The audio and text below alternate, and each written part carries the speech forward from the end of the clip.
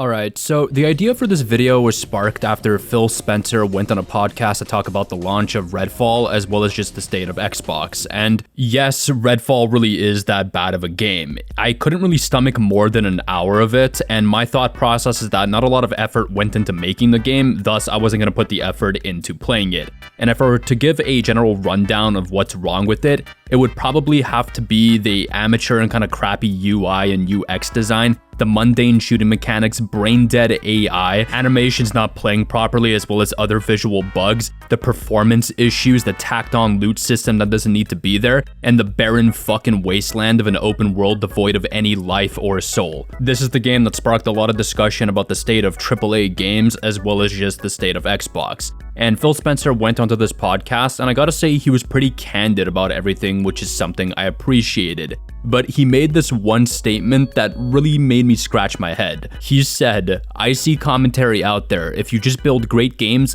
everything will turn around. It's just not true that if we go off and build great games, all of a sudden you're going to see the console share shift in some dramatic way. We lost the worst generation to lose in the Xbox One generation, where everybody built their digital library of games. 90% of the people every year who walk into a retailer to buy a console are already a member of one of the three ecosystems. Their digital library is there." He also goes on to say that there is no world where Starfield is an 11 out of 10 and people start selling their PS5s. That's not going to happen. Okay, so there are some aspects about these statements that I agree with. That yes, even if Starfield is an 11 out of 10, I don't think people are going to start selling their PS5s or move to Team Green. It's going to take more effort than that. And yes, the Xbox One generation was a really bad generation to lose.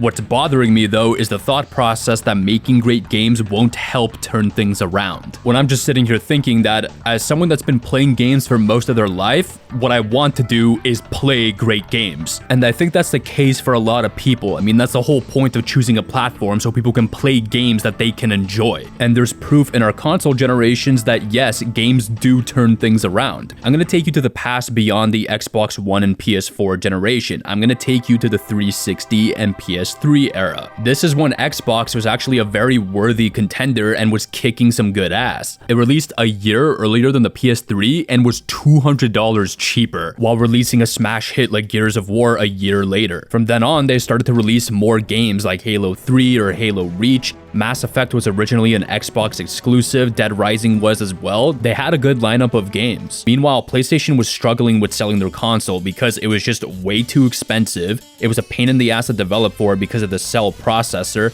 and the lineup of first-party titles was pretty lackluster. I remember getting clowned on for having a PS3, but PlayStation didn't just stay on a downward spiral because they continued to do the main thing that the console is meant for, making great games so people can play them. They lowered the price of the console and then started releasing things like the Resistance games, the Infamous titles, God of War 3, Metal Gear Solid 4, the first 3 Uncharted games, The Last of Us, and games that even garnered a cult following like Demon's Souls. And you want to know what happened? The PS3 just edged out the Xbox 360 in terms of unit sales, and PlayStation continued to keep that steam up during the PS4 and Xbox One era by releasing more Uncharted games, Ratchet & Clank, Ghost of Tsushima, Spider-Man, God of War, even fucking Bloodborne.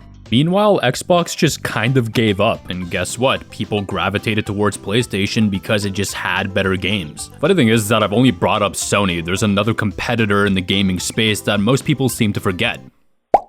Nintendo. Now, personally, I'm under the impression that Nintendo is a scumbag fucking company that seems to hate its own fans, but they do make good games. I can't deny that. And I know a lot of people that would want to play Breath of the Wild, Link's Awakening, DK Tropical Freeze, Super Mario Odyssey, Mario Kart, Super Smash Bros., or the upcoming Tears of the Kingdom. And this once again proves that great games make a difference because the Nintendo Switch is a very weak, underperforming piece of hardware. That shit is anemic, yet people still love their Switch and the games they play on it. But then when we go back to Xbox, its modern library of games just don't hit as hard as Nintendo or PlayStation, and that's the main problem. People want great games from Xbox. I mean, Halo Infinite is not a bad game by any means, but it wasn't an absolute banger that people would have hoped for. Forza Horizon 5 is cool and all, but it won't necessarily push people towards Team Green. And then we have Redfall, which is just a shit smear on the Xbox library. But there was a game that they released that was actually quite good and that I actually enjoyed, which was Hi-Fi Rush. And it may have not sold a lot of copies, but there was a lot of positive reception surrounding that game. People had a better outlook on the Xbox brand and the games that they were releasing, and that's what I mean.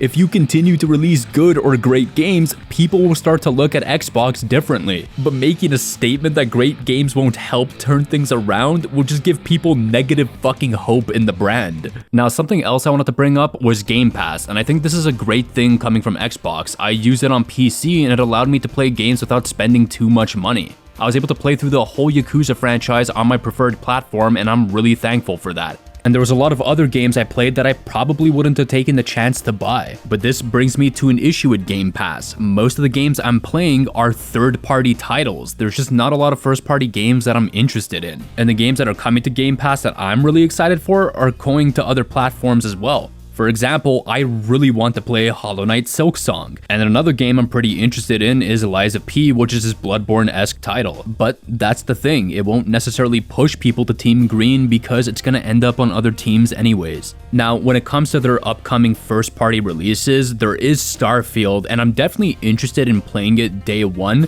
But I will say that I'm skeptical about it. It's Bethesda making the game and they kind of lost my trust a while ago. But with that being said, I do hope it succeeds. I'd say the first party game that I'm most excited about that's being developed is Avowed. It's Obsidian's attempt at a more Elder Scrolls-like RPG, although it's set in the Pillars of Eternity universe, which is a series of character RPGs. And this makes me really excited because I'm thinking to myself like, oh my god, will I finally get my medieval fantasy Fallout New Vegas? There are other games that have me interested, but you see, that's the point. I'm thinking about the games and hoping that they're great. That's the main thing that's gonna help the Xbox brand. Anyhow, what are your thoughts? Do you still have faith in Xbox after Phil's statements? Are there any upcoming Xbox titles that you're excited for? I'd love to know in the comments down below, and I hope you enjoyed the video. Peace.